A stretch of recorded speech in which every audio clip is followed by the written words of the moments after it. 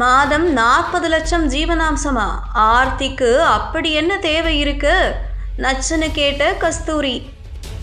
தமிழ் சினிமாவின் முன்னணி நடிகர்களில் ஒருவரான ரவி மோகன் தனது மனைவி ஆர்த்தியிடம் இருந்து விவாகரத்து கேட்டு சென்னை குடும்ப நல நீதிமன்றத்தில் மனு தாக்கல் செய்துள்ளார்.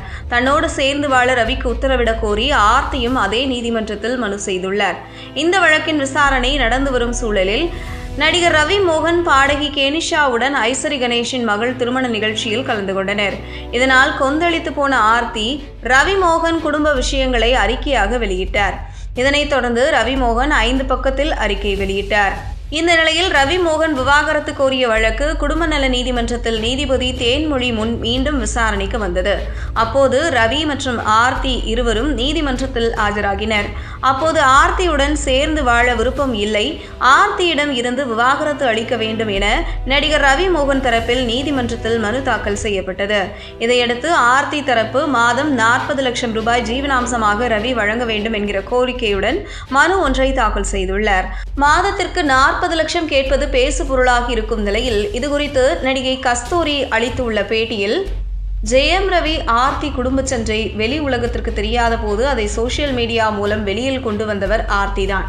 யார் வீட்டில்தான் பிரச்சனை இல்லை, கணவன் மனைவி என்றால் எப்பொழுதுமே அன்பாக இருப்பார்கள் என்று சொல்ல முடியாது. சண்டை சச்சரவுகள் வரத்தான் செய்யும். அந்த சண்டையை பேசி தீர்த்து கொள்ளாமல் சோசியல் மீடியாவில் இருவரும் மாத்தி மாத்தி அறிக்கை வெளியிட்டு சண்டை போட்டுக் கொள்கிறார்கள்.